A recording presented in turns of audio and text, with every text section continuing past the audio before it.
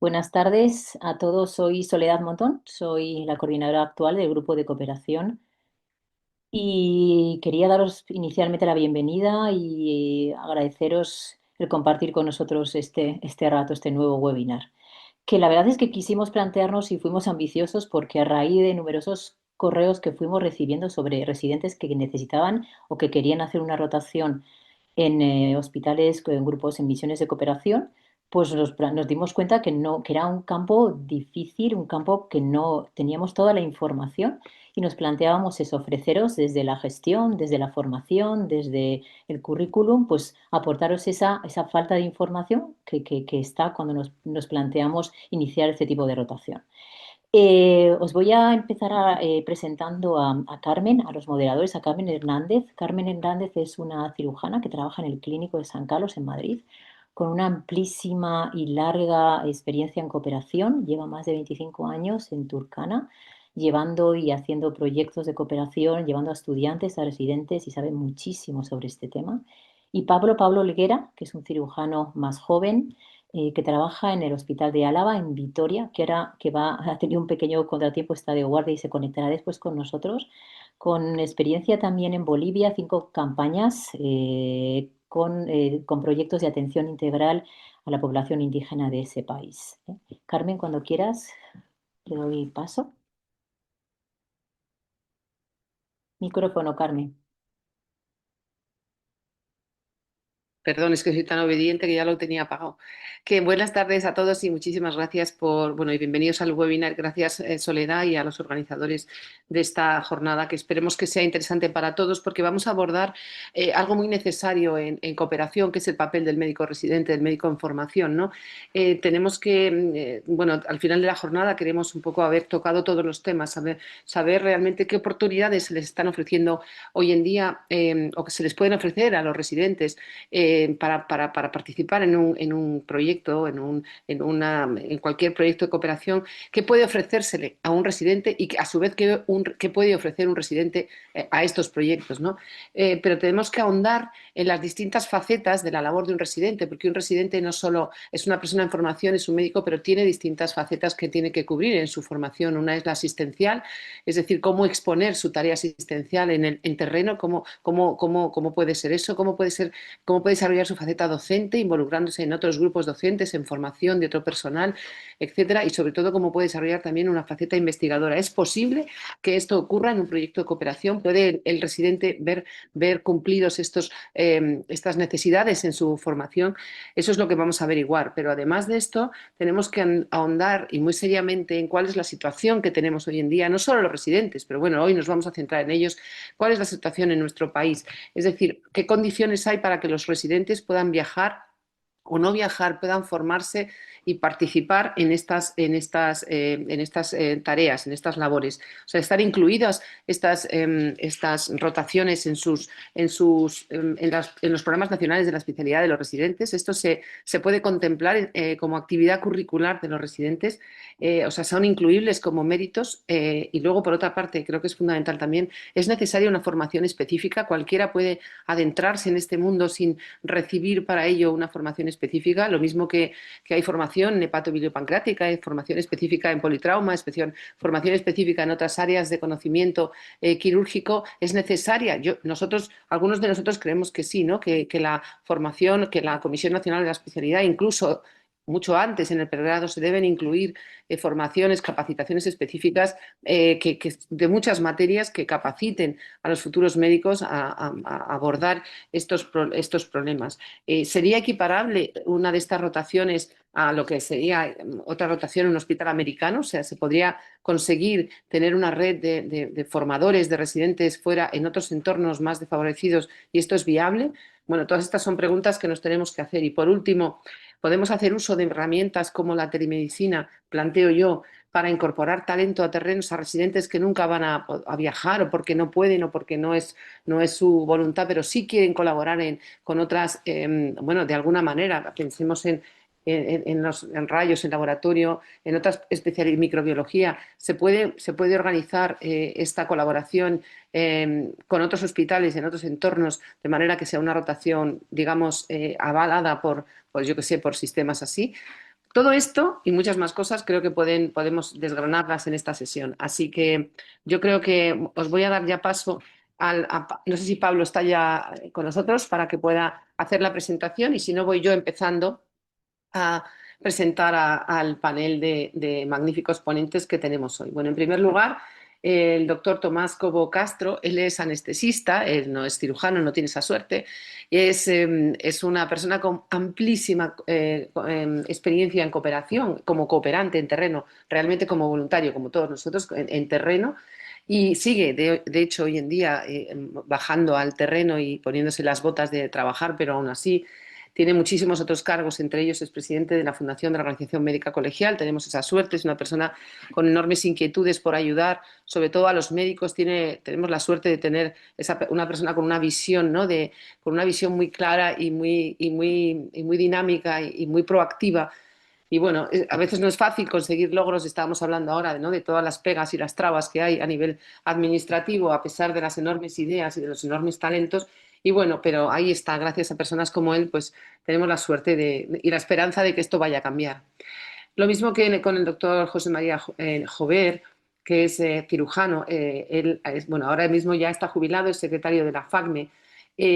Ha tenido también muchísimos cargos en las comisiones nacionales de especialidad, ha sido director del servicio de cirugía de su hospital de la Fundación Alcorcón, etcétera, etcétera. Pero yo creo que destacaría también en él un espíritu absolutamente proactivo en todas estas. O sea, es una persona con una mente muy clara, ¿no? Como muy abierta y muy dispuesto a favorecer sobre todo a la gente joven y es un formador nato, o sea, es una persona, es un maestro. Entonces yo creo que eso es muy importante y tiene las cosas muy claras y ayuda mucho, sé que ayuda mucho a sus residentes y a gente joven en todas estas cosas, así que tenemos también mucha suerte de contar con él. Después, el siguiente en la lista es Tamara, ¿no?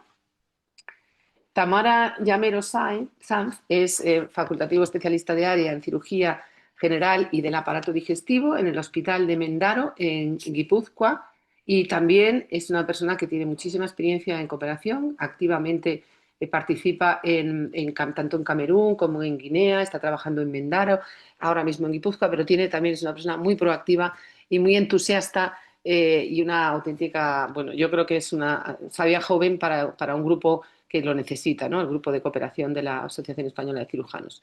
Después tenemos si me equivoco en algo, me interrumpís. A ver, que voy por la lista, es que como esto no me tocaba a mí, a Arturo García Pavía, también cirujano, compañero, cirujano general del aparato digestivo en el Hospital Puerta de Hierro de Madrid, y también es una persona que ha tenido muchísima trayectoria en cooperación, tiene mucha experiencia, ha trabajado en el Hospital Dominicano de San Martín de Porres, en Yaoundé, en Camerún.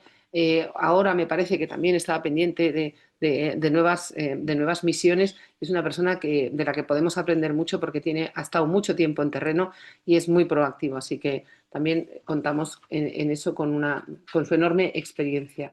Y yo creo que ya por último tenemos al doctor Álvaro Usabiaga.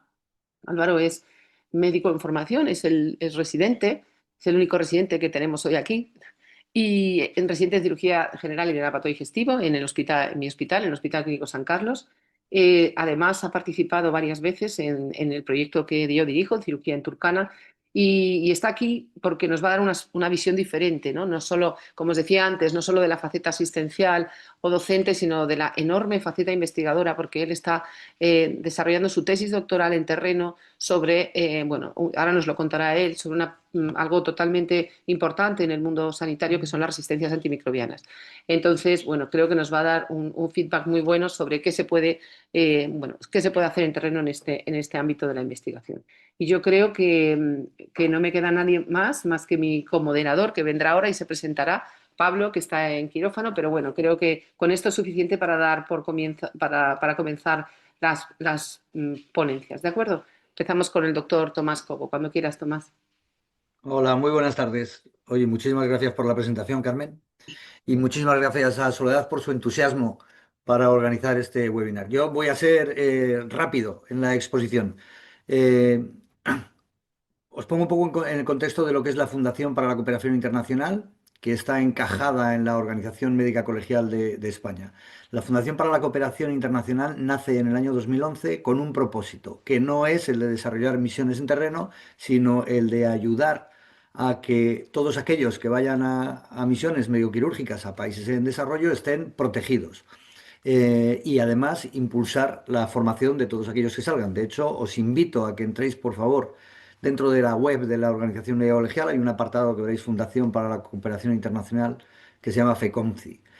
¿Qué es lo que hace la Fundación entonces? La Fundación lo que ha hecho es generar alianzas entre las ONGs más importantes, como Cruz Roja Internacional, Médicos del Mundo, Médicos Mundi y MSF, ¿no? Médicos Sin Fronteras, que son, vamos a decir, las cuatro grandes, además de la AECID. Y lo que hacemos es algo que es, a los que vayáis a terreno, ineludible. Es decir, no es una opción, esto lo tenéis que hacer. Y lo que tenéis que hacer son tres cosas fundamentales, que se hacen a través de la Fundación para la Cooperación Internacional, que como digo enlaza con la Organización Médica Colegial en la que todos los médicos españoles estamos registrados como médicos. Esta fundación tiene una potestad, que es emitir un certificado que llamamos certificado de idoneidad. Ese certificado de idoneidad lo que es vuestro pasaporte que os identifica como médicos especialistas o médicos en formación y habilitados para ejercer vuestra actividad asistencial durante ese periodo de tiempo al que vais a ese país. Los países en desarrollo, como todos los países del mundo, tienen sus leyes y esas leyes exigen que a la hora de desarrollar nuestra actividad asistencial tengamos ese reconocimiento, esa homologación del título. Bueno, en determinados países, a través de un convenio de la OMS y a través de la CEOM, que es la Confederación de Entidades Médicas Mundiales, se llega al acuerdo de que a esas órdenes médicas colegiales se les permite emitir un certificado, como digo, que se llama de idoneidad, en el que se os identifica y se os habilita para el ejercicio de vuestra profesión. Absolutamente crucial que lo llevéis, porque si durante vuestra actividad asistencial tuvierais un incidente crítico y las autoridades del país en el que estéis exigen el reconocimiento de vuestro título y no le tenéis, corréis el peligro de ir a prisión. Esto no es algo que diga, esto es algo que ha sucedido. En concreto le sucedió a un anestesista noruego y a un cirujano sueco que se pasaron un año en Etiopía en la cárcel. Y no hablo de tanto, del año 2012. Es decir, certificado de idoneidad, sí. Segundo elemento que tenéis que requerir a la Fundación para la Cooperación a través de la OMC es el seguro de responsabilidad civil profesional. Lo normal es que en el 99,9 de las ocasiones que desarrolléis vuestra actividad, pues no se os exija, no tengáis un incidente crítico que exija que tengáis responsabilidad civil profesional. Pero puede ser, existe la posibilidad. Bueno, ese certificado de responsabilidad civil profesional también le emite la Fundación para la Cooperación Internacional. Y por último, básico, muy importante, el seguro de viaje, que suena a chiste, pero no lo es. El seguro de viaje y el seguro de retorno, por si acaso también sucede algún imprevisto, como que caigáis enfermos y os tengan que trasladar, o nos tengan que trasladar en condiciones, fijaros un caso que ha habido muy reciente, ¿no? De un médico cooperante que hubo el problema de que no se le podía trasladar porque no había suficiente dinero para pagarle y el seguro no se lo cubría. Bueno, seguro de viajes. Esas tres cosas son las que llamamos el PAC del médico voluntario, el PAC de médico cooperante. Certificado de unidad, seguro de responsabilidad civil profesional y seguro de viajes. Eso os lo hace la Fundación, eso lo hace de manera gratuita y eso lo que sí exige es y es la gran fuerza que tiene la Fundación, os registréis como médicos cooperantes y voluntarios en la Fundación para la Cooperación. ¿Por qué? Porque en ese registro vais a estar identificados como tal y las misiones médico-quirúrgicas, si salen a terreno, ocasionalmente encuentran el problema pues, de no encontrar a un cirujano, de no encontrar a un anestesista, y es cuando entonces se tira del registro y se convoca a aquellos médicos que estén registrados por si quieren salir a terreno. Esto es lo fundamental, pero sí insisto y termino ya, y enfatizo, y lo ha dicho Carmen, la importancia de la formación antes de salir a terreno.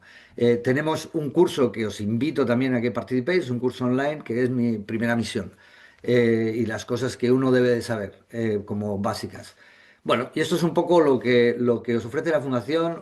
Como digo, os animo a que salgáis a terreno, sin duda, pero os enfatizo y os insisto en que cuando salgáis a terreno, salgáis con una formación y salgáis en misiones que estén contrastadas y que vayan a ser verdaderamente útiles. Esta labor que hace la Asociación Española de Cirujanos es extraordinaria, no es infrecuente, Carmen lo sabe, yo también, misiones absolutamente fútiles.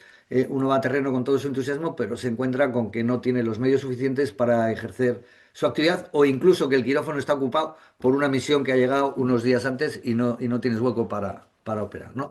Os insisto en la importancia, como digo, de que llevéis ese PAC, certificado de idoneidad, seguro de responsabilidad civil profesional, seguro de viajes y formación. Y por lo demás me pongo a vuestra entera disposición. Muchas gracias.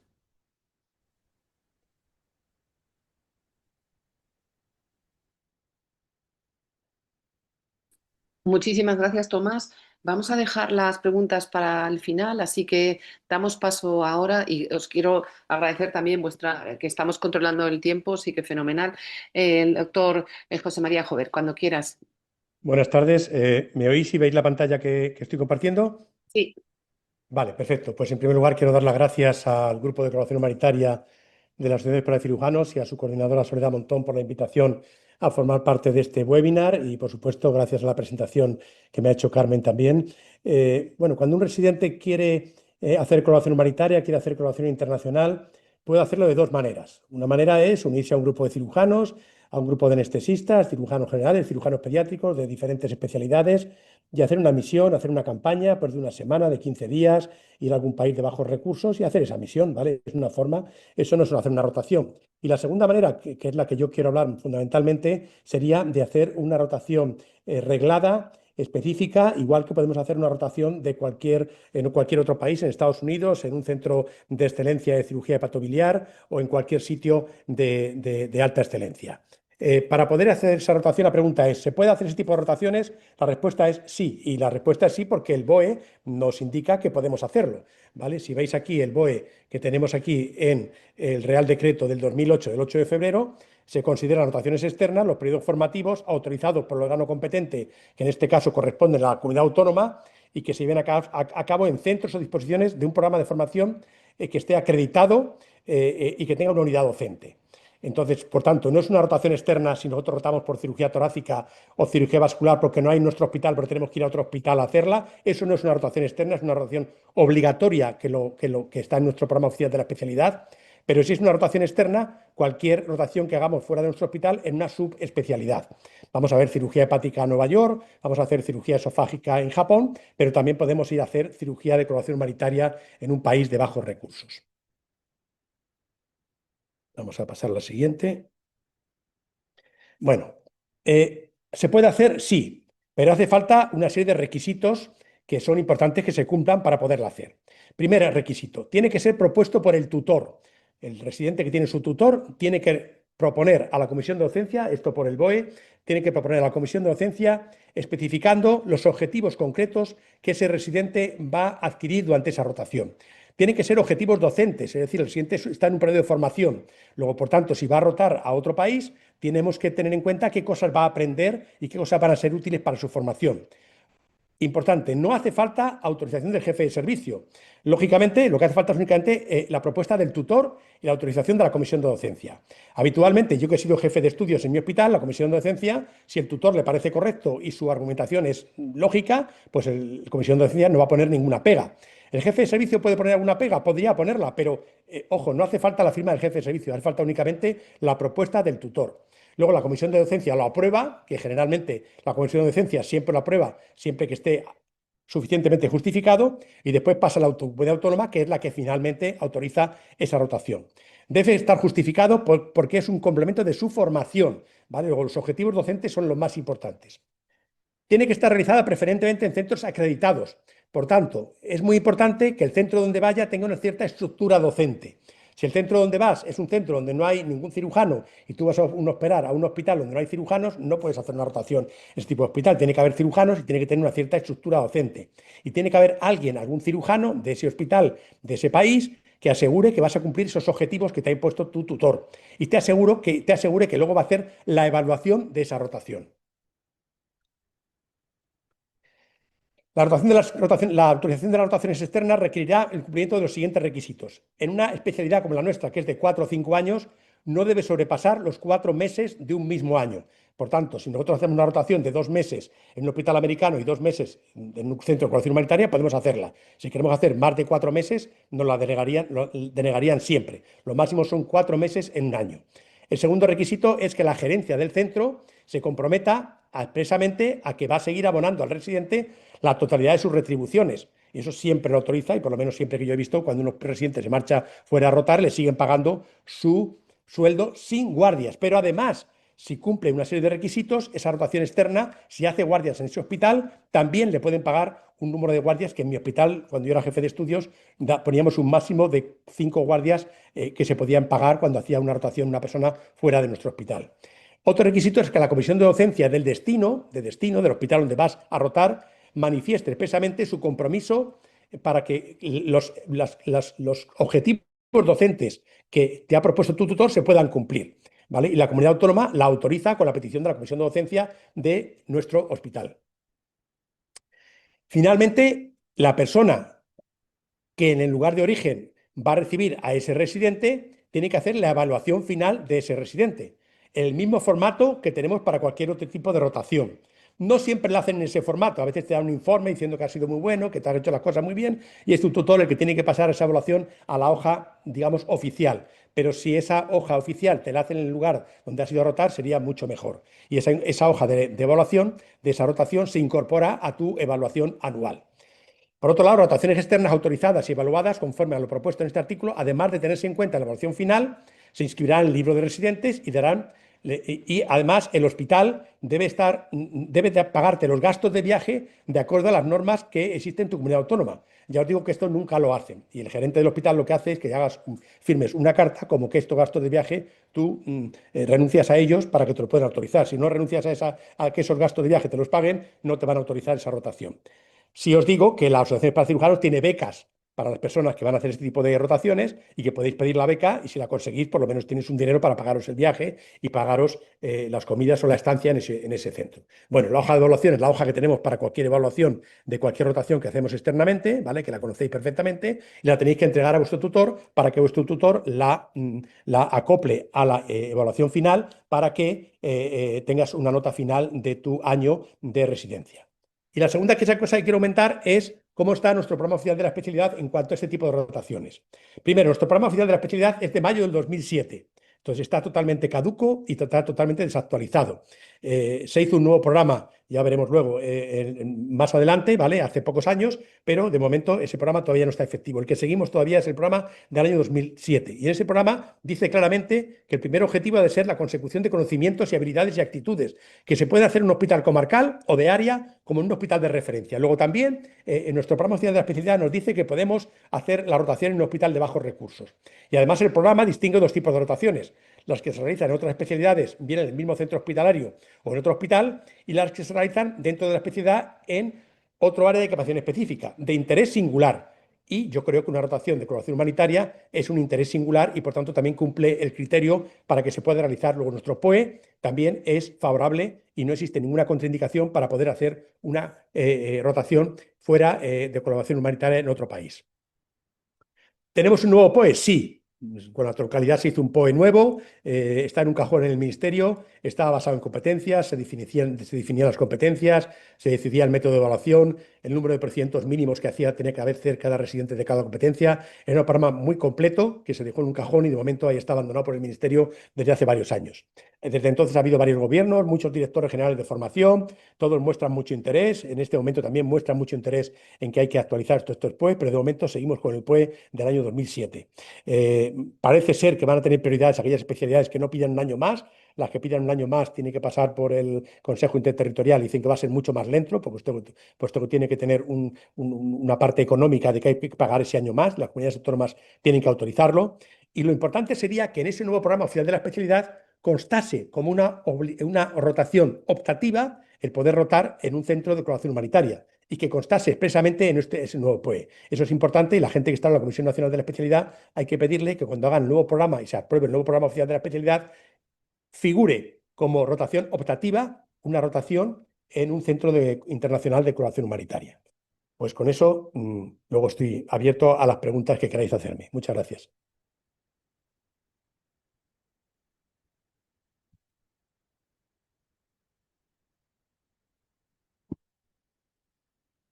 Muchísimas gracias, José María. Pues pasamos ahora a la siguiente ponente, Tamara Llamero. Cuando quieras, Tamara. Hola, ¿se me escucha? Y se ve la... Sí, se escucha y se ve muy bien. Genial. Pues nada, a ver, empiezo. Bueno, muchas gracias por invitarme a hablar y bueno, por la presentación, Carmen. Ojalá sea así, que tenga mucha experiencia, aunque todavía estoy empezando. Hoy os vengo a hablar de mi experiencia como, bueno, en una rotación externa en un país de bajos recursos que realicé en mi último año, hace un par de años, en el 2024. Y nada, antes de empezar, simplemente mencionar que las fotos que voy a ir poniendo son originales, excepto una que vais a detectar rápidamente que he sacado en internet, pero el resto son mías o de algún compañero. Y bueno, yo elegí Camerún, en concreto el Centro Hospitalario Dominicano San Martín de Porres, porque ya es un sitio, un país donde había estado en dos ocasiones, pero en calidad de estudiante, y me fue fácil conseguir el contacto a través de un compañero que va a hablar posteriormente, que es el doctor Pavía, que trabaja ahora en el Puerta de Hierro, pero estuvo trabajando durante un tiempo en el hospital donde roté. Y bueno, supongo que la primera pregunta que os haréis y la que os ha traído a venir aquí a ver el webinar es cómo una rotación en un hospital de bajo recursos pues, puede mejorar tu competencia quirúrgica en tu medio actual. Y yo, bueno, antes de avanzar, simplemente señalar que no he venido a vender ni el hospital ni mi rotación, que yo solo voy a hablar de mi experiencia allí para que valoréis si creéis que a vosotros os puede aportar algo. En primer lugar, las posibles razones pues, para elegir una rotación en este tipo de hospitales. En mi caso, yo no lo concebí como un voluntariado, ¿no? Sino como una etapa formativa orientada principalmente al desarrollo profesional, obviamente sin dejar de lado el impacto a nivel personal. En segundo lugar, bueno, pues te permite enfrentarte a patologías que son menos frecuentes en nuestro medio, pues como tuberculosis abdominales o malformaciones congénitas, incluso tener que enfrentarte a patologías que aquí son propias de otras especialidades, como embarazos extrauterinos o úteros con grandes miomas. También aprendes bastante sobre el manejo de politrauma. Y bueno, este también fue un caso de trauma, bueno, fue una niña que se puso muy malita, la llevaron a un chamal, le hicieron unas incisiones por las que acabó con una gangrena, hubo que amputarle la mano y se realizó un mallado. Bueno, un mallado que se hizo a mano. Allí. Hizo el injerto autólogo de piel parcial con el malla que veis aquí en el vídeo, a modo de anécdota. También te permite ver enfermedades que a lo mejor sí que ves en tu medio, pero bueno, están más avanzadas, pues como lipomas de gran tamaño, hernias gigantes, peritonitis avanzadas. Este fue el caso de un bocio de gran tamaño que se operó en una de las campañas quirúrgicas que realizaba la ONG también en un pueblo de Camerún. O bueno, tumores localmente avanzados. Sin dejar de lado los grandes quemados. Este fue el caso de una chica que cuando llegó pues ya tenía incluso gusanos o las gangrenas de Fournier también tan frecuentes en estos medios. También hay una alta proporción de cirugías urgentes, ya que no tienen dinero para pagarse la cirugía de manera programada. Y bueno, pongo urgentes entre comillas porque muchas veces hasta que consiguen el dinero la familia o el propio paciente pueden tardar incluso días, y esto es algo que me costó bastante entender y aceptar. Hay también más proporción de pacientes jóvenes o incluso niños, lo que conlleva ver patologías que no son tan frecuentes en nuestro medio y pues el tener que enfrentarte a otro tipo de pacientes distintos al que estamos acostumbrados. Aquí os dejo la pirámide poblacional también a modo de anécdota para que veáis pues la diferente estructura etaria respecto a España. También, bueno, una de las cosas más interesantes es que tienes que desarrollar tu propio criterio clínico sin el apoyo sin apoyo tecnológico, porque escasean las pruebas complementarias, lo que te obliga a ser bastante más exhaustivo en la exploración física y a tener que indicar la cirugía con menos pruebas. Y esto pues te obliga obviamente a estudiar mucho, que ya lo han comentado mis compañeros, tanto antes como durante. Hay mayor tasa de cirugías abiertas también, entonces es obligatorio mejorar la técnica y aprender bastante más sobre la anatomía. Y dependes menos de ciertos dispositivos, ya sea la laparoscopia o el ligasur o incluso el bisturí eléctrico. También aprendes a gestionar sobre recursos, ya que el material es limitado o incluso a veces inexistente, así que tienes que priorizar. Si no hay mallas para todos, pues le pones mallas a las hernias más grandes. También a ser más ingeniosos, utilizando, por ejemplo, sondas vesicales para hacer la terapia del vacío o botellas de agua como drenajes pleurales. O, por ejemplo, este es el caso de un hemoperitoneo masivo secundario a un embarazo extrauterino roto bueno, pues así hubo que hacerle la autotransfusión. Hay poco material, entonces muchas veces se reesteriliza. Esto eran bisturís eléctricos o incluso mascarillas.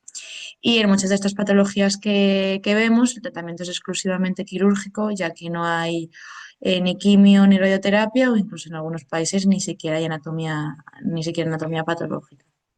Vale, y a cambio, ¿qué te puede aportar ese tipo de rotación en tu práctica clínica actual, en un hospital en nuestro medio? Pues mejoras el juicio quirúrgico, adquieres más seguridad frente a la incertidumbre, confías más en tu propio criterio y no dependes tanto de pruebas complementarias. Adquieres también mayor seguridad en cirugías urgentes. Este es el hospital en el que trabajo ahora, que es un hospital comarcal, en el que estás tú de presencia solo y hay otro de localizada, pero que a veces puede tardar un poquito en aparecer y pues si es el caso de un hemoperitoneo masivo, pues te tienes que meter a operar con el trauma, como me pasó en mis primeros meses. Pero bueno, yo creo que este tipo de rotaciones te ayuda, ¿no? A adaptarte de manera incluso intraoperatoria a este tipo de imprevistos. También aprendes a optimizar los recursos, que esto es algo que le encanta a tu gerente, pues pides menos pruebas, no dependes tanto de los dispositivos y eres más eficiente en quirófano. Quiere decir que sigues aprovechando los recursos que tienes, pero aprendes que no todo lo disponible es absolutamente imprescindible. Y aprendes a gestionar también mejor las complicaciones. Te adelantas, eres más observador, ya que has desarrollado esa parte clínica y te anticipas, ¿no? A las complicaciones de tus pacientes. Y cambias la percepción del riesgo, ya que aprendes a discernir lo que es verdaderamente grave de lo que no lo es. Y ya, bueno, pues a modo de conclusiones, yo he de decir que sí que después de mi rotación volví con bastante más autonomía, con más criterio, con más seguridad de mis decisiones y más gratitud por el contexto en el que opero cada día. No solo se aprende técnica, sino que también decides mejor tanto a quién operar y respecto a cómo hacerlo y si verdaderamente merece la pena. Y bueno, y para mí lo más importante es que más allá del aprendizaje técnico, esa experiencia también me enseñó bastante humildad a nivel profesional, ya que aunque sea duro bueno, muchas veces tus compañeros o ya no solo médicos, sino familia o amigos te dicen que no hacen este tipo de viajes porque no se sienten preparados o porque no tienen nada que aportar. Pero yo creo que si verdaderamente creemos que esta experiencia nos puede enriquecer, habría que cambiar un poco el discurso, aunque sea duro para nuestro ego, porque habría que ir con la intención de aprender del personal de allí, que son los que verdaderamente trabajan en su entorno, que no es el nuestro, con sus recursos, que muchas veces son limitados, pero que tienen un juicio clínico y un manejo y una capacidad de adaptación increíbles. Entonces, bueno, yo creo que en este punto te puede aportar muchísimo más que en el resto de aspectos. Y bueno, pues muchas gracias por escucharme y luego si tenéis alguna duda estaré encantada de responder. Bueno, pues muchísimas gracias, Tamara, por tu bonita charla y nos has dado un enfoque estupendo. Te has basado sobre todo en la experiencia asistencial de un residente. Vamos ahora un paso más allá. Vamos a ver otro enfoque, el papel investigador que puede tener un residente en estos entornos. Así que damos paso al doctor Usabiaga. Álvaro, cuando quieras. Estamos Muchas contigo. gracias, Carmen. Bueno, lo primero agradecer la oportunidad a la doctora Carmen Hernández por abrirme las puertas a este mundo maravilloso de la cooperación internacional y a todas las organizaciones y ponentes aquí presentes pues, por darme la oportunidad de participar en este foro, ¿no? Este es el título de mi charla. La misión que se me ha encomendado a mí es que entendáis un poco estas dos cosas, ¿no? En primer lugar, que se puede cooperar como residente. Ya hemos visto toda la parte burocrática, lo han explicado muy bien el doctor José María Jover, el doctor Tomás Cobo. Y en segundo lugar, que se puede hacer la tesis que hacer la tesis en cooperación es una muy buena idea y para vuestro futuro, ¿no? La estrategia que he utilizado, como lo he planteado, es en mito versus realidad, porque muchas veces son falsas creencias, cosas que nos decimos a nosotros que están muy alejadas de la realidad, las que nos impiden pues, buscarnos oportunidades como estas, ¿no? Y realmente muchas veces están mucho más cerca de lo que pensamos. Empiezo con las presentaciones. ¿Quién soy yo? Aunque ya me han presentado, soy Álvaro Usabiaga, soy residente de quinto año de cirugía general en el Hospital Clínico San Carlos de Madrid, de la foto. Y he participado ya en 2 campañas quirúrgicas, tanto de residente de cuarto año como residente de quinto año, ambas con cirugía en Turkana, en el norte de Kenia. Pero quizás lo más relevante para esta charla es que estoy realizando actualmente mi tesis doctoral en el campo, en cooperación internacional. El tema en concreto, resistencia a antibióticos en Turkana, y luego hablaremos un poco más en profundidad de esto. Para ponerlo todo un poco en contexto, Turkana está en el norte de Kenia, es esa región que estáis viendo ahí con el círculo, que es un área muy extensa, ¿no? 6.500 kilómetros cuadrados, de norte a sur más o menos unos 300 kilómetros, y en toda esa región hay únicamente un hospital de tercer nivel. Entonces os imagináis que lo que vemos es pues, patología muy evolucionada, tumoraciones grandes pues, derivadas prácticamente de la ausencia completa de estructura sanitaria en la región, ¿no? Este es el equipo de cirugía, parte del equipo de cirugía en Turkana 2026, magníficos cirujanos y anestesistas, ahí atrás estoy yo, y venía a contaros un poquito, pues, cómo he acabado yo aquí, ¿no? Ya hemos visto todos los trámites burocráticos, hemos visto que logísticamente es posible, pero quería llevarlo un poco más a terreno y explicaros cómo lo hice yo. Lo cierto es que mi experiencia no se puede generalizar, porque cada hospital es verdad que tiene una realidad distinta, ya sabemos que hay jefes más accesibles, jefes menos accesibles, pero sí que es cierto, para que no os sirva como excusa, esta, por ejemplo, es toda la campaña de cirugía en Turkana 2026, unas 40-50 personas. Hay que reconocer que yo tuve una facilidad personal porque yo tengo a la doctora Carmen Hernández conmigo en mi hospital, es decir, tenemos contacto directo, pero de estas 50 personas, solo 15 de ellas son adjuntos del clínico, es decir, se puede perfectamente. Lo único es que hay que buscarse las oportunidades, ¿no? Y aquí os he puesto un paso a paso que creo que todo residente en todo hospital de España puede replicar. En primer lugar, busca un organizador, un director, alguien relacionado con la campaña quirúrgica, sea cual sea, y demuéstrale tu interés, porque de verdad que se puede y muchas veces hay hueco, aunque no lo creáis. En segundo lugar, una vez hayas tenido el visto bueno y te digan que hay hueco efectivamente para ti, habla con responsables de tu hospital, absolutamente con todos aquellos que se vayan a ver afectados de que te vayas 2 semanas a cooperar. Tutor, jefe de sección, jefe de servicio, compañeros residentes. Y te recomiendo tener el visto bueno de todos y cada uno de ellos, ¿no? Que esto es un poquito lo más difícil. Una vez tienes ya el visto bueno de ambas partes, lo que te queda es ya la parte más oficial burocrática que ya hemos visto, tramitar los documentos legales y prepararte para la misión. Decía antes que la había enfocado en formato mito versus realidad, porque muchas veces lo que no hacemos son estos primeros 2 pasos, que es lanzarnos a hablar con alguien que actualmente está cooperando, alguien que está en el mundo, y preguntarle si efectivamente puede haber hueco para nosotros. ¿Y por qué no lo hacemos? Muchas veces por falsas creencias que a veces tenemos nosotros o que a veces tiene nuestro jefe de servicio o de sección. Entre las que yo he vivido o yo he escuchado, las más frecuentes o relevantes son las tres que os expongo aquí. Una de ellas, yo la he vivido en mi propio pellejo, estás en formación y eso es una pérdida de tiempo que como residente no puedes ir, es decir, hay que ir formado, tienes que ser adjunto especialista y no se va a aprender, o que ya te has ido mucho de vacaciones y eso son unas vacaciones, ¿no? Son cosas que yo he vivido en mi propia carne y que quizás vosotros podéis pensar o os pueden pasar.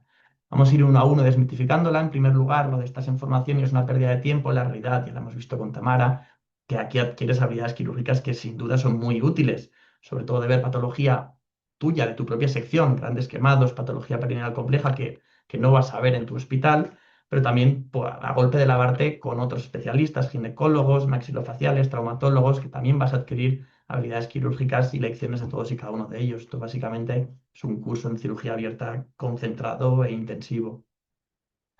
La segunda, que como residente no puedes ir, que eso hay muchos que lo piensan hasta que uno se entera que efectivamente es una opción. La realidad, rescato una vez más la foto de cirugía en Turkana 2026, de las 40-50 personas que veis aquí, aquí hay desde adjunto senior hasta residentes, entre los que estoy yo, pero otros compañeros míos, y también hay estudiantes y gente no sanitaria. Entonces, que realmente en una misión quirúrgica hay hueco para todo el mundo y residentes de todos los años y os aseguro que todos y cada uno de ellos aportan y trabajan de sol a sol. Y en tercer lugar, lo de ya te has ido mucho de vacaciones, ya hemos visto que esto en realidad es formación y se puede argumentar de forma objetiva si alguna vez recibís esa respuesta. Y enlazándolo con la segunda parte de mi charla, que es una oportunidad clave para abrir nuevas líneas de investigación y escribir artículos científicos relevantes, porque en cooperación se puede y se debe investigar. Volviendo una vez más al mito versus realidad, lo que quizás podamos pensar, no necesariamente mentira, pero que igual nos enfocamos más en las contras que en los pros. Podemos pensar fácilmente, no hay sistemas de vigilancia estructurados, los registros están incompletos o no digitalizados, o sea que no va a haber datos, limitación diagnóstica, barreras idiomáticas, logística completa y recursos limitados. Todo esto es cierto, pero como toda moneda hay dos caras, esta es la mala, nos queda la otra cara. ¿Por qué sí hacerlo? Pues porque vas a generar datos primarios donde no existen registros previos. Es decir, todo lo que aportes, tu granito de arena va a tener una relevancia inmensa en un área donde no hay nada. Además, la investigación va a tener un impacto directo en una población vulnerable, es decir, una población que no tiene ningún recurso, a la mínima que mejores un poquillo sus condiciones, pues va a tener un impacto inmenso en todos y cada uno de ellos, ¿no? Por lo que es mucho más gratificante. Además, te va a dar un perfil internacional y multidisciplinar que te puede abrir quizás oportunidades laborales a futuro y va a permitir que interactúes con autoridades, sistemas sanitarios distintos y otros profesionales de tu área, que una vez más te puede abrir oportunidades laborales en el futuro. Para exponer mi ejemplo, mi tesis doctoral, la que estoy desarrollando yo, es resistencia antimicrobiana en Turkana y la justificación es la siguiente. La resistencia antibiótica es una de las principales amenazas sanitarias globales según la OMS. Tal es así que se prevé que en el año 2050 cause incluso más muertes que el cáncer. Y además se da la paradoja que la África subsahariana, que es donde está Turkana, presenta la mayor tasa de mortalidad atribuible a resistencia antimicrobiana del mundo y además es un sitio donde apenas hay datos locales, es decir, no existen. Y ahí es donde entramos en juego nosotros. Cogemos muestras de todos los pacientes con un problema infeccioso que operamos, analizamos sus patrones de resistencia y luego pues analizamos todo, ¿no? El consumo de antibióticos, hacemos encuestas a todo el mundo y todos estos datos pues los ponemos dentro del contexto sociosanitario, socioeconómico de la región para generar datos y comprender y monitorizar la resistencia bacteriana. Insisto, en un sitio donde no hay datos previamente, por lo que todo lo que sumes va a tener una relevancia inmensa. A modo de conclusión, esta diapositiva, que espero que haya quedado ya, vamos, ya patente y claro con todas las charlas, que hacer cooperación internacional como residente es muy útil para vuestro futuro como cirujanos, sobre todo pues, por las tres vertientes.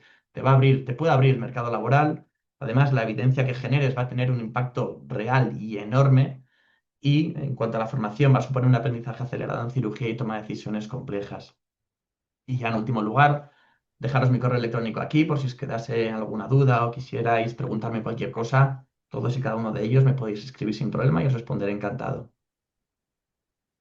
Bueno, pues muy bien. Muchísimas gracias, Álvaro. Muchas gracias, Carmen. Bueno, a los demás también, porque la verdad es que nos has dado otra visión completamente diferente, pero muy, muy enriquecedora en línea con lo que queremos, a donde queremos llegar. Y ya por fin, Arturo García Pavía, cooperante, cirujano y experto también en el papel de los residentes en cooperación, nos va a hablar en último lugar. Cuando quieras, Arturo.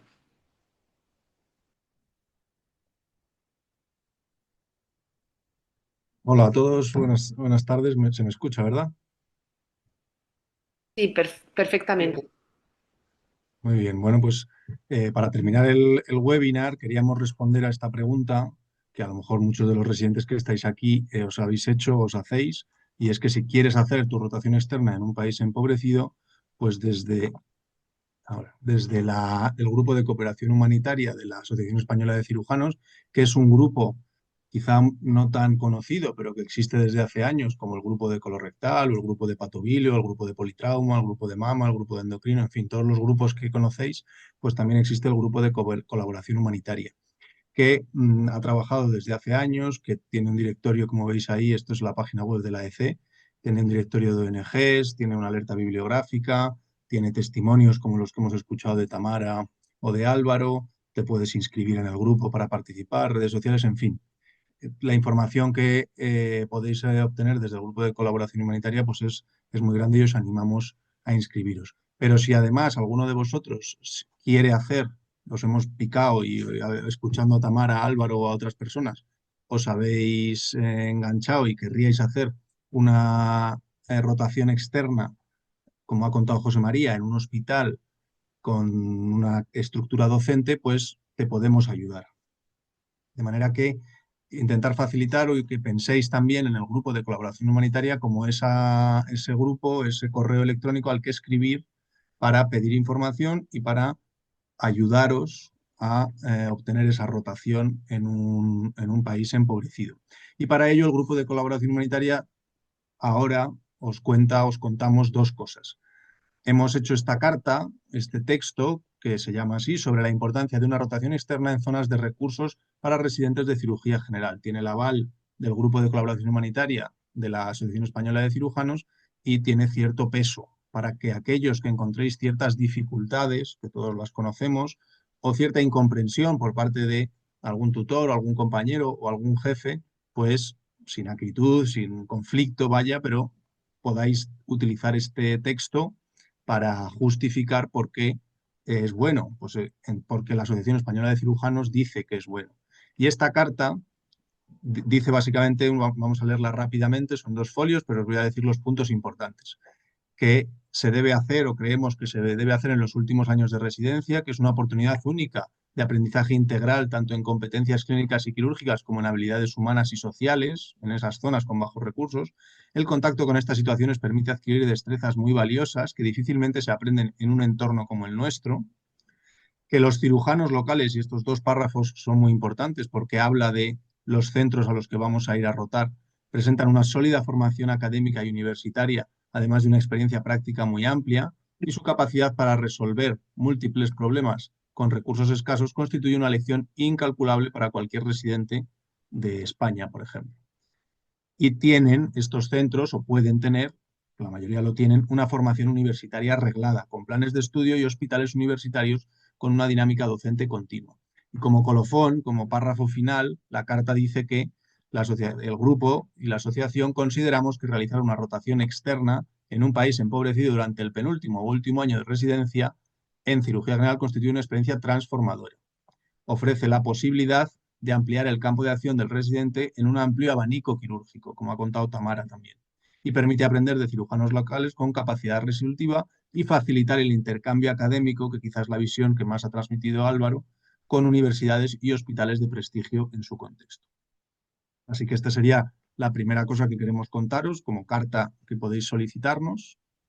Y la segunda cosa, ya para terminar, pues que tengáis este correo electrónico, colaboracionhumanitaria@aec@gmail.com, como posible correo al que escribir si queréis hacer una rotación en un país empobrecido, porque todos los que formamos parte del grupo, los que hemos organizado este webinar y trabajamos en esto, hemos recorrido ya esos caminos, hemos hecho esas rotaciones externas, como ha dicho José María, que sí se pueden hacer, y podemos orientaros, podemos daros contactos, podemos ayudaros si es que queréis o en vuestra mentalidad queréis ir a algún país de África francófono, que se hable francés, pues los hay que ya hemos hecho eso, anglófono lo mismo, en países de África que se hable inglés, o en países de América del Sur, también hay grupos que colaboran y cooperan en países de América del Sur y gente que colabora y coopera en Asia. Con lo cual, reiteraros a los residentes o tutores o jefes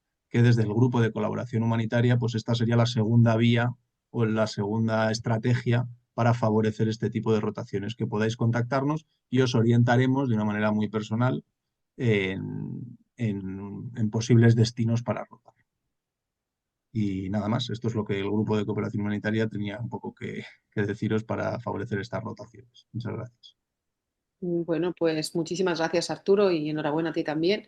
Yo creo que entonces vamos a dar paso, Pablo, a las preguntas de la audiencia y luego si hay alguna más. Yo tengo alguna, pero ya nos decís, vamos viendo. Adelante, Pablo.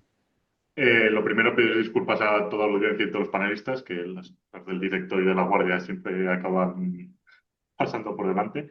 Pero bueno, tenemos una preguntilla por el chat, pero a mí sí que me gustaría lanzar antes de nada una pregunta a toda la audiencia, sobre todo residentes o gente que ha ido como residente de cooperación, un poco a ver cuáles han sido sus facilidades o no, porque la verdad es que me parece muy interesante lo que ha comentado Álvaro, ¿no? Que creo que es como debería ser, ¿no? Que se entienda como esto parte integral de la formación como residente, pero hay otros ejemplos que son diametralmente opuestos, ¿no? Yo, por ejemplo, yo he ido de 3 años de cooperación, de R3, R4 y R5, y ha sido en mis vacaciones sin ningún tipo de colaboración por parte de la docencia del hospital o más allá, ¿no? Entonces, sí que es verdad que me parece muy interesante lo que cuenta, lo que ha planteado Arturo, ¿no? De que al final, desde la EC, si podemos ayudar o facilitar toda esta gestión o dotar de un respaldo a esta solicitud de rotaciones, me parece que es algo fundamental, ¿no? Pero un poco a ver, que pongo por el chat, bueno, pues los residentes o gente que durante la residencia haya querido hacer este tipo de experiencias, a ver cómo ha sido su experiencia. Eh, Mientras tanto, tenemos una pregunta por aquí que me parece muy interesante. Va un poco, bueno, yo creo que va dirigida a Tamara, pero también un poco creo que el resto de los ponentes también podrían opinar un poco. Viene a decir la CEINOA, el entorno de una zona perdón, el entorno de una zona de escasos recursos modifica la toma de decisiones quirúrgicas, ¿no? Un poco si nosotros como cirujanos de cooperación, cuando estamos en estas zonas sin recursos, si cambiamos lo que hacemos o no, o cómo veis esta realidad, ¿no? Y sobre todo, creo que en la residencia también es algo que se aprende. Vale, yo si queréis contesto en primer lugar lo que se me ocurre y bueno, o sea, yo creo que sí que te modifica la toma de decisiones, pero algo que en un principio yo sí que pensaba que sería malo, ¿no? Por el tema de, jo, ¿por qué vas a operar niños o sea, siendo cirujano general cuando no eres cirujano pediátrico? Ya, pero es que luego entendí que a lo mejor es la única oportunidad que tienen en ciertas campañas quirúrgicas. Lo que quiero decir es que yo creo que realmente modificar la toma de decisiones según el entorno no tiene por qué ser malo, ¿no? Al revés, incluso pasa en nuestro medio, no es lo mismo que estés en un hospital que en otro, dependiendo de los recursos que tengas.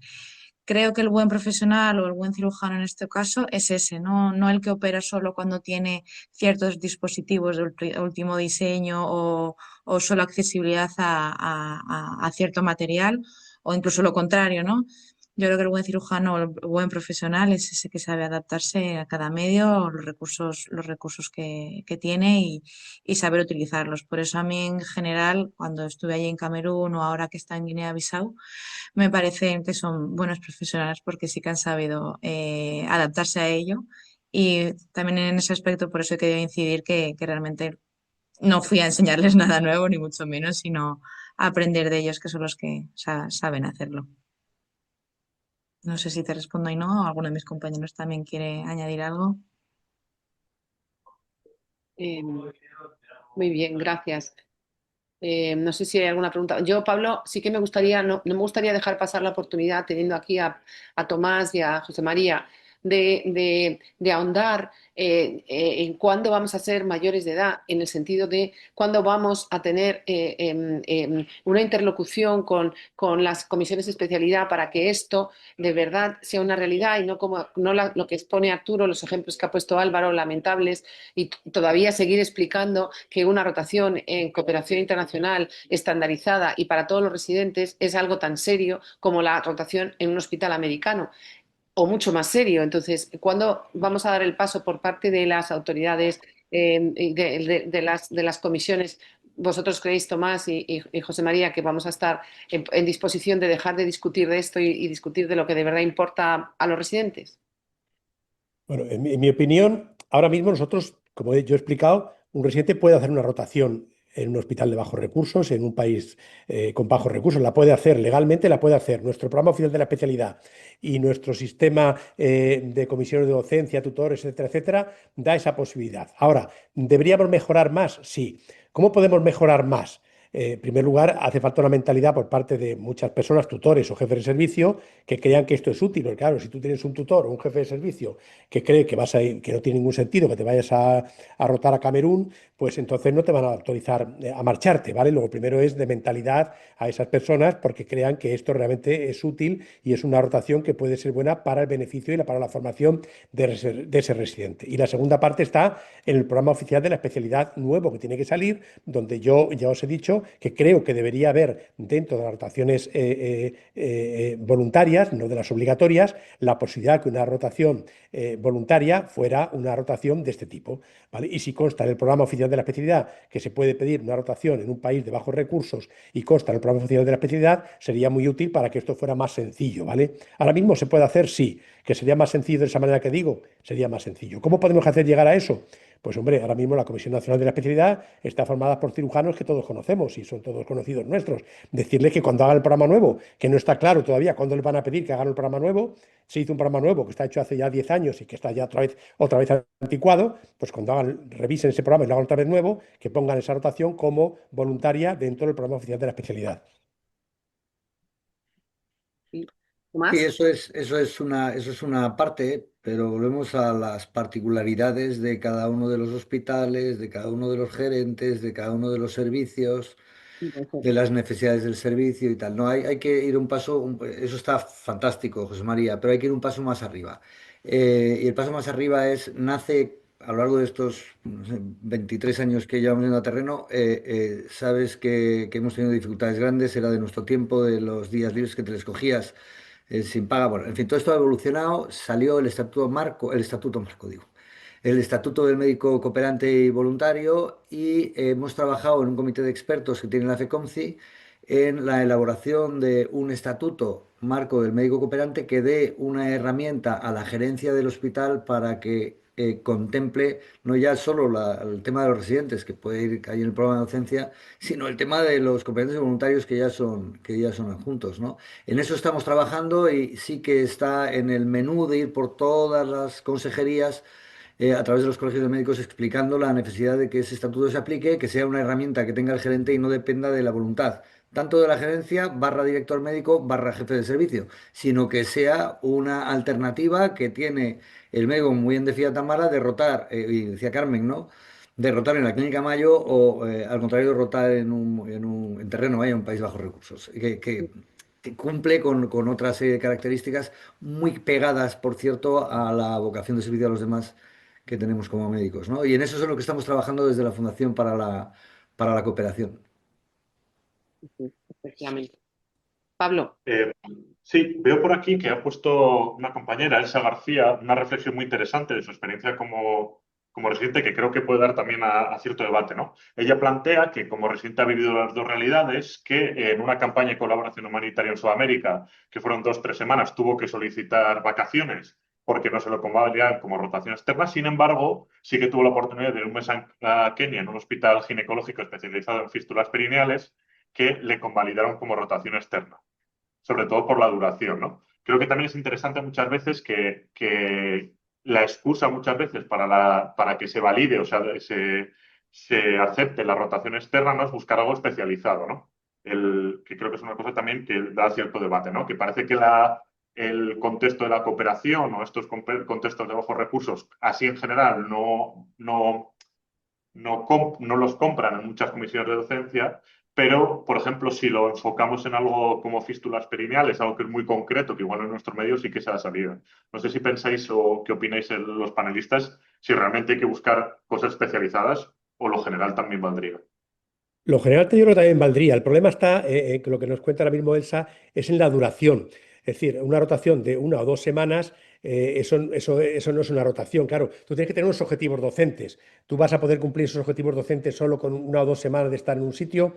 Entonces, eso no es una rotación externa, eso es que tú vas a hacer una colaboración humanitaria con un grupo de cirujanos o anestesistas, que ya he dicho que es una cosa diferente a hacer una rotación formal, una rotación legal, una rotación dentro de tu programa oficial de la especialidad y una rotación que esté con todos los requisitos que cumpla una rotación externa, ¿vale? Y entonces una rotación de 1 o 2 semanas seguramente no puedes llegar a cumplir unos objetivos docentes que es muy importante que queden claros cuando pides una rotación externa. Ya, pero perdonad que interrumpa, pero si tú colaboras en una misión, como es mi caso con Álvaro, viene una misión quirúrgica, nuestras misiones duran 2 o 3 semanas, y luego completa eso con todas las horas de desarrollo e investigación, con todas las horas de laboratorio, con todas las horas de la tesis, con todas las horas de las publicaciones. Es que ese trabajo nadie lo cuenta, pero eso es muchísimo trabajo, y eso es un trabajo de cooperación igual, que lo haces en España, pero es que no todo el mundo puede, o sea, en mi hospital, por ejemplo, en Kenia, no puedes ir a hacer una rotación tú solo porque no hay un cirujano, nosotros somos los formadores. O sea, es que hay que adaptarse a cada realidad. Yo creo que eso es lo que tienen que entender las gerencias de los hospitales, que a lo mejor tu residente hace esa formación de 3 semanas y hace más hernias, más cesáreas y más amputaciones que lo que va a hacer en un mes en la clínica Mayo. O sea, es diferente. Yo creo, mira, Tamara asiste, no sé, yo creo que hay que darle una vuelta a eso. O sea, al final es un Ese es el enfoque, Carmen, ese es el enfoque. Sí, claro. ese es el enfoque, pero actualmente el enfoque de hacer una rotación externa de una semana no se acepta en una comisión ninguna comisión de docencia en ningún hospital, ¿vale? Creo que habrá En una que semana o cambiar. dos no se acepta como rotación externa. Otra cosa es que se acepte para que el residente vaya y se le deja ir, ¿me entiendes? Y si no, se le ocupe su periodo de vacaciones y se le deje marchar, pero no como una rotación, porque una rotación requiere un tiempo mayor, ¿vale? Porque requiere unos objetivos docentes que hay que cumplir y para eso requiere un tiempo mayor, ¿vale? Entonces, cuando Tamara estuvo rotando allí, me parece que estuviste 2 meses, ¿no? Por lo menos, ¿no, Tamara? Y sí, sí, es verdad que estuve 2 meses, pero bueno, entre que llegas, tú te haces a ellos, ellos te hacen a ti, porque claro, no vas a llegar y te van a dejar operar el primer día, eso tampoco lo solemos dejar aquí, ¿no? Entonces, pues sí que yo también recomendaría mínimo un mes. Yo estuve 2 meses e incluso te diría más, porque en 2 meses no sabes, ya empiezas a enterarte y ya te tienes que ir, pero sí, semana yo creo que se queda corta. Ya solo el hecho de, que no en todas las comunidades se reconozca, o en casi ninguna se reconozca la cooperación como permiso, ¿no? de trabajo, eso es algo que tenemos que trabajar, porque es que es algo que no hay forma. Estuvimos investigando y creo que solo es Andalucía hoy por hoy quien reconoce la cooperación como permiso, ¿no? para el trabajo, y es algo tremendo, ¿no? Es que significa muchísimo esfuerzo, es algo que debemos intentar luchar por ello. Completamente de acuerdo. Y que me gustaría lanzar una pregunta a los panelistas también. Creo que es dar una vuelta de tuerca, pero me parece interesante, ¿no? El validar la cooperación como una salida laboral válida, ¿no? Y enfocar a ello la residencia. Es una cuestión que, una cosa que personalmente le he dado bastante vuelta. Sentido, un ejemplo muy práctico, es decir, yo personalmente me quiero dedicar a la cooperación, si puedo, ¿no? Yo creo que de cara a dedicarme a la cooperación tengo ciertas carencias que durante mi residencia no he podido cumplir, ¿no? Por poner un ejemplo muy claro, la ginecología. Entonces, ¿qué os parece o cómo veríais, ¿no? plantear que un residente que quiere dedicarse a la cooperación, que por ejemplo durante la residencia pueda rotar en ginecología, que pueda dedicar 1 o 2 meses a rotar en ginecología en su hospital como para formarse, ¿no? Porque muchas veces se puede usar el mismo argumento, ¿no? Tú vas a ser cirujano general, esto no te es rentable, o para qué quieres tú hacer cesáreas si vas a ser bueno, un comarcal es posible que te haga falta, ¿no? Pero ¿cómo veis esto, ¿no? El validar más allá de como parte de la formación integral de cirujano, ¿no? El poder enfocar tu residencia y decir, yo quiero trabajar de esto o quiero formarme para esto. ¿Cómo veis esto? Yo lo veo bien y posible. O sea, igual que podemos pedir una rotación externa a un país de bajos recursos, podemos pedir una rotación externa no contemplada en nuestro programa oficial de la especialidad como excepcional. A rotar por ginecología se puede. Obstetricia se puede pedir, ¿vale? Legalmente. El BOE que os he contado, yo creo que se puede pedir perfectamente. ¿Qué hace falta? Pues que tu tutor y tu jefe y todo tu entorno de tu hospital crean que eso es útil. Si ellos creen que no es útil, no te lo van a autorizar ellos, te lo van a pagar ellos mismos, ¿vale? Pero si ellos creen, igual que si vas a rotar a Camerún o a otro sitio, que puede ser útil para lo que tú quieres, formarte, porque tú en el futuro quieres dedicarte a curación humanitaria o quieres dedicarte a este tipo de cirugía, que te den la posibilidad de que te formes también en ginecología y obstetricia. Si ellos lo creen, te tienen que dejar, ¿vale? O sea, legalmente te pueden dejar, la puedes hacer. Tamara, no sé si querías decir algo. Sí, bueno, yo a nivel personal sí que tuve la facilidad, tanto antes como después, de hacer guardias de ginecología y que luego me vinieron bien respecto a la rotación de Camerún.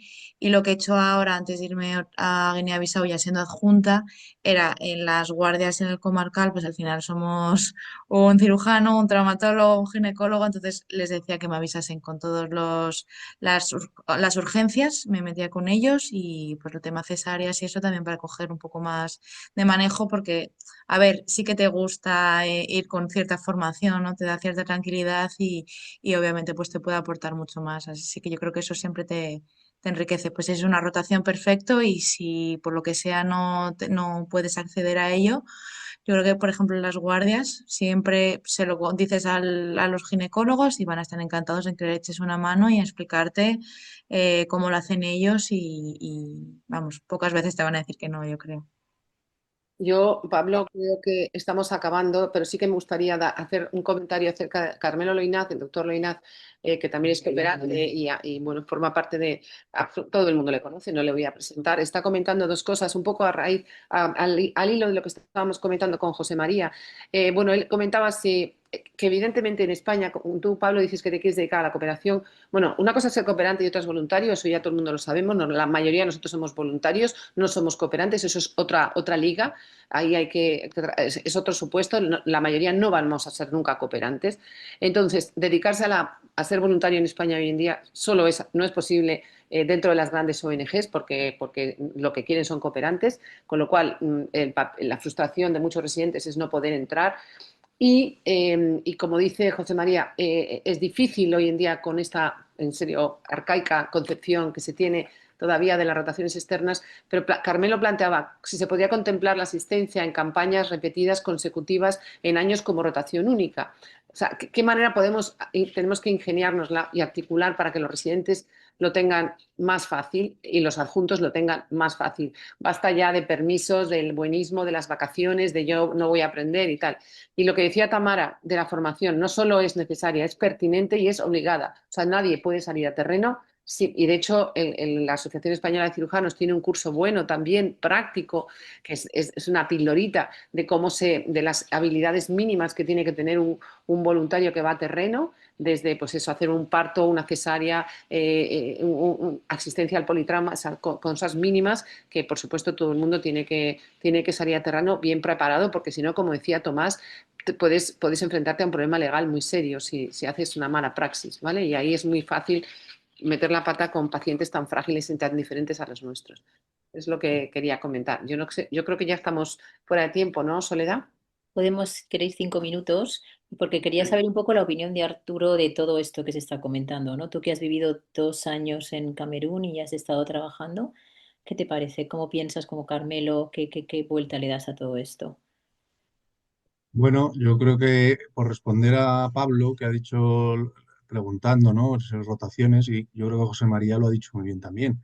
El plan de la especialidad, pues es conciso en algunas cosas, pero abierto en otras, y es perfectamente legal, realizable, y en mi propia experiencia así fue, hacer una rotación en ginecología durante 2 meses oficial y haciendo guardias después y todo. O sea, hay un margen y animo a los residentes que tienen esa inquietud para elegir tus propias rotaciones. Hay un camino establecido, pero hay varios caminos, ni siquiera son alternativos porque están recogidos. O en cirugía plástica para los quemados, que es una patología que se encuentra mucho en países empobrecidos. E incluso, que no es frecuente de manera estándar, en traumatología para poder atender fracturas abiertas, etcétera. O sea que cada residente, y animo a que se empoderen en ese sentido y tomen las riendas de su residencia, pues efectivamente los tutores tienen que marcar el camino, pero también somos adultos y podemos elegir y orientar hacia dónde queremos dirigirnos y las comisiones de docencia y tal, pues admiten esas pequeñas variaciones o medianas variaciones, con lo cual eso es básico ir haciéndolo durante la residencia y durante ser adjunto, como ha dicho Tamara también, para seguir aprendiendo como siempre. Y con respecto a los permisos y todo eso, pues bueno, como sabemos todos, cada hospital es una isla. Entonces hay hospitales que lo favorecen más y lo favorecen menos. Yo creo que esto que estamos haciendo y los espíritus de futuros planes de especialidad en el cual se pueda recoger explícitamente esto, pues es importante. O sea, que si queda plasmado y reflejado, pues encontraremos menos gente que todos conocemos y esas posibles frases de las que hablaba Álvaro, de esto no sirve, esto no te va a aportar, etcétera. Yo creo que la carta del grupo de colaboración puede apoyar mucho.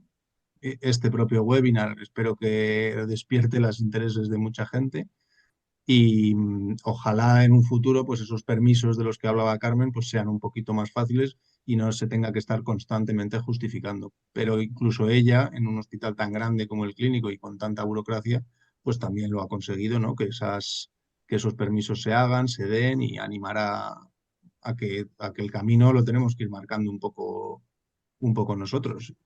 Y sobre todo también por insistir, que me ha gustado mucho la charla de Tamara, que vamos allí a aprender un montón y a seguir formándonos, porque los verdaderos héroes, que muchas veces yo digo eso también, pues son los profesionales que están allí, que desde luego hacen virguerías con muy poco y nos enseñan, yo desde donde más he aprendido cirugía, sin duda.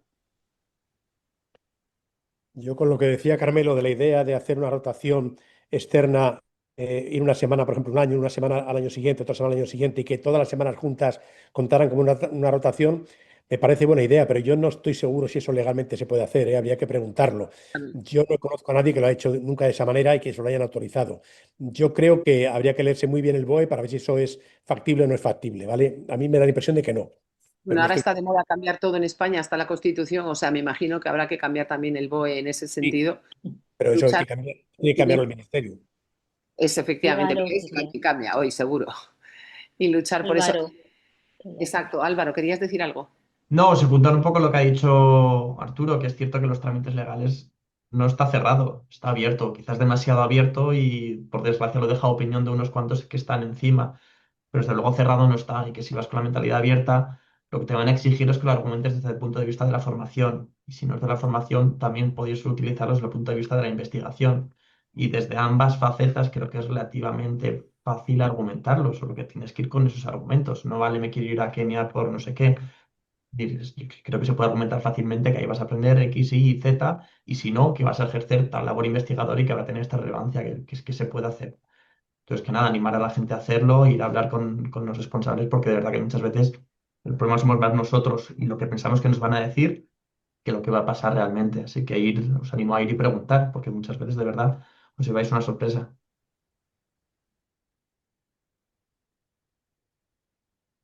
Muchas gracias. Pues no sé, yo creo que si no hay más preguntas, Pablo. No, estoy viendo por aquí, hay algunas reflexiones pues, de cara, bueno, Carmelo hablaba sobre las ONGs, que ni siquiera en Estados Unidos está validado la formación como residentes. Aquí un compañero francés hablaba de que los residentes que va que hacen muchas más hernias de las que pueden hacer en un hospital en un año, ¿no? Un poco reflexiones, pero preguntas como tal. A mí sí me gustaría, Álvaro, un poco, si puedes dar algún mensaje un poco para terminar de ánimo, bueno, a todos los residentes que estén escuchando este webinar un poco como cierre si les recomiendas que darles ánimo, ¿no? Un poco como lo ves. Yo, sinceramente, desde mi punto de vista, creo que puedo afirmar que la cooperación internacional es probablemente lo mejor que he hecho en mi residencia. Muchas veces nos desconectamos con nuestra profesión, la especialidad. La realidad para muchos es que algunas veces es dura, se hace muy cuesta arriba. Y esto, sin duda alguna, te reconecta con la medicina, con tu especialidad. Es probablemente lo más bonito que puedas hacer. O sea, la medicina en su máximo exponente. Ir a ayudar a quien no tiene nada de nada, ¿no?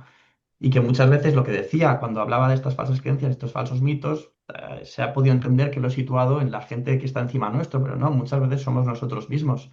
Y que de verdad que si muchos de vosotros queréis hacerlo, lo que os he dicho antes, que habléis que busquéis a gente, que habléis con todos los responsables, con los de docencia de vuestro hospital, que busquéis a gente que ya esté colaborando activamente en alguna cooperación, en alguna campaña, porque es posible que os abran las puertas, incluso es posible que desde el hospital no os pongan ningún problema. Entonces os animo de verdad a intentarlo porque de verdad que todos vosotros, os lo recomiendo a todos y cada uno de vosotros. Muchísimas ¿Les gracias, Álvaro. parece? Sí, no sé si quieres finalizar, porque Alberto nos va a pasar una encuesta. Os pedimos por favor que la rellenéis mientras vamos finalizando. No, lo dices tú, ¿no, Soledad? Sí, sí, sí. Nada, la encuesta. Yo quería reiteraros de parte de todo el grupo de cooperación, ¿no? Que hayáis disfrutado, pues igual que disfrutamos nosotros elaborando este webinar. Yo creo que se han dicho muchísimas cosas, ¿no? Seguro que se han quedado otras en el tintero. Tener seguro que desde el grupo de cooperación vamos a seguir trabajando, luchando para que eso sea una realidad y no solo un webinar de una hora. Sabemos que hay muchas cosas por las que luchar, pero estamos un poco pues, con muchas ganas de seguir. Tenemos a gente espectacular que pueda hacer realidad esto. Y reiterar un poco lo que ha comentado Arturo, ¿no?